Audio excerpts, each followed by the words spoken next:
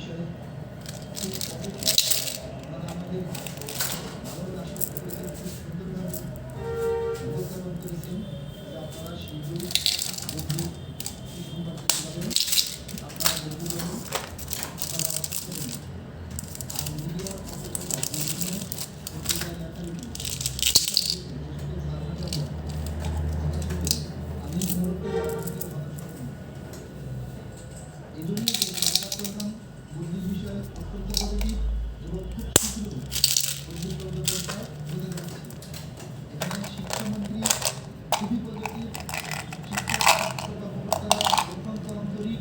আমরা তাদেরকে ধন্যবাদ জানাই এবং তারা অক্লান্ত পরিশ্রম করতেছে এবং খুব শীঘ্রই বুদ্ধির কার্যক্রমটা চালু করবেন।